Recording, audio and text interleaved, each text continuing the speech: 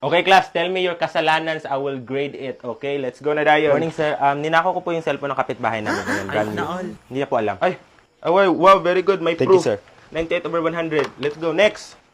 Sir, Ideya. nakabatak po ako kanina. Halata naman. Batak tayo. Pass. Ay. Okay. 97/100. Hindi po. Next.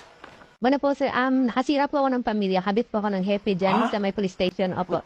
Akala ko, chismis na totoo pala. Ikaw yung Totoo pala yun. Opo, sir. Very real po. Actually, may plano na po kaming magpakasal. Iiwanan niyo po yung tunay ng pamilya para po sa akin po. Ay, Okay, wow, very good. 100/100 Thank you, kasi sir. honest Thank siya, you, no? sir.